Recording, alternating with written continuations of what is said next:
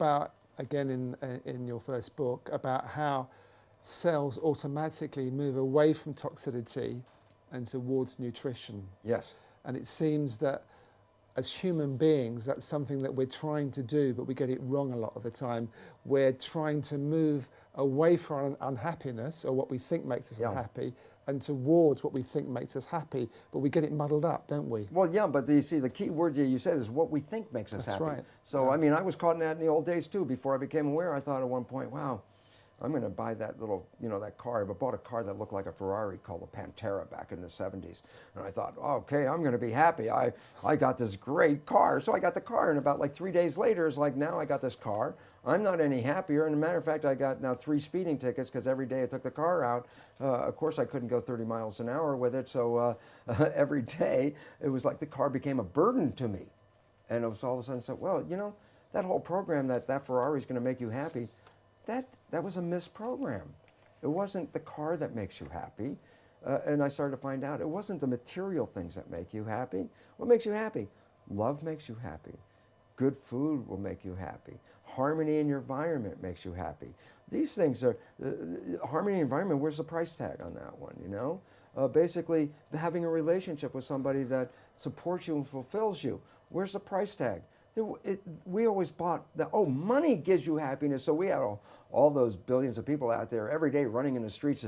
How much money can I make? Because if I get enough money, I'm going to be happy. And then you find out even people with the most money are not happy. And programming was wrong. If we were programmed to seek out companionship and community and love, that's where you make us happy. Change the whole game. But it's almost as if we have to go through a process of finding certain things don't work to find out what does work for us. Well, that's true, but then the question is this: how many people go through the process, find it doesn't work, and then repeat the process and it doesn't work again? It's like, oh yeah, I've been married 4 times, somebody was saying. It's like, God, they repeated the same error already 3 times with the ideas. Do you think by the 4th time maybe you could learn that whatever pattern you played 3 times in a row will probably play itself again until you change, not your partner? You keep bringing in the same partner with different colored hair and a different name, but you brought that person in and you play the same game over again.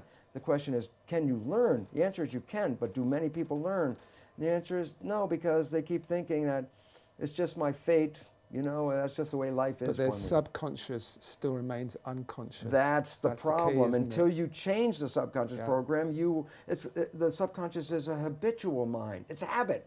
Yeah. Until you change the habit, you will replay the habit. That's why it's called a habit. So you keep replaying the same program. It's not, you keep, it's like a definition of insanity is the idea of keep doing the same thing and expect something different to happen. The fact is, no, that's insane. Why? You keep doing the same thing, you're going to get the same thing.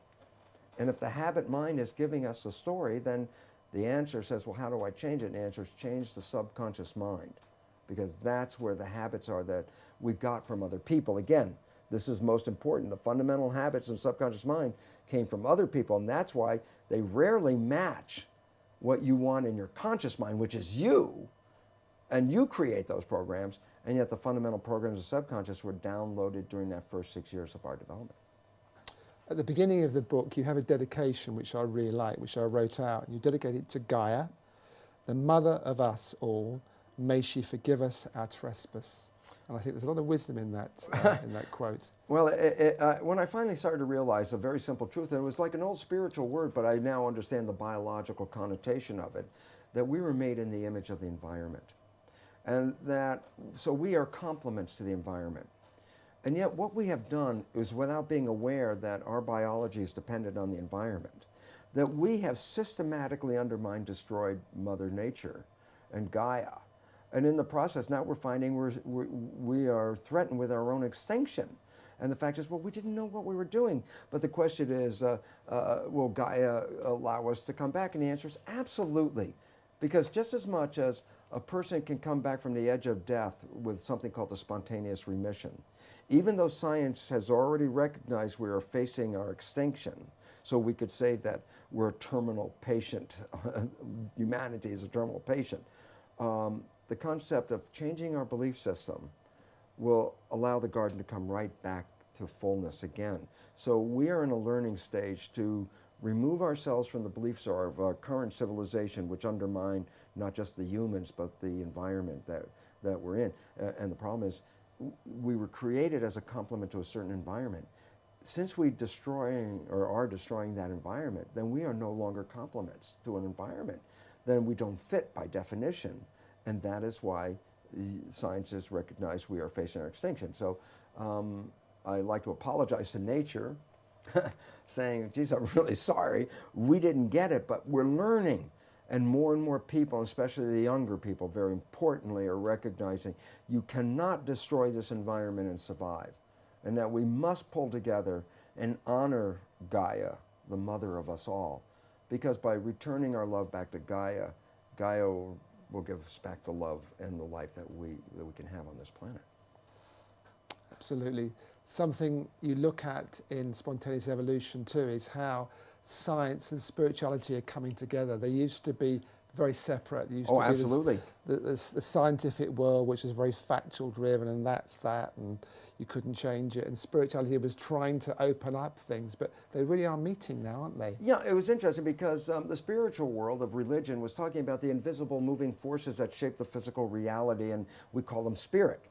And then science only came into existence because it made a detente with the church. In the very early days of science, it said, look, we won't tread on your invisible spiritual domain. We will just study the physical world.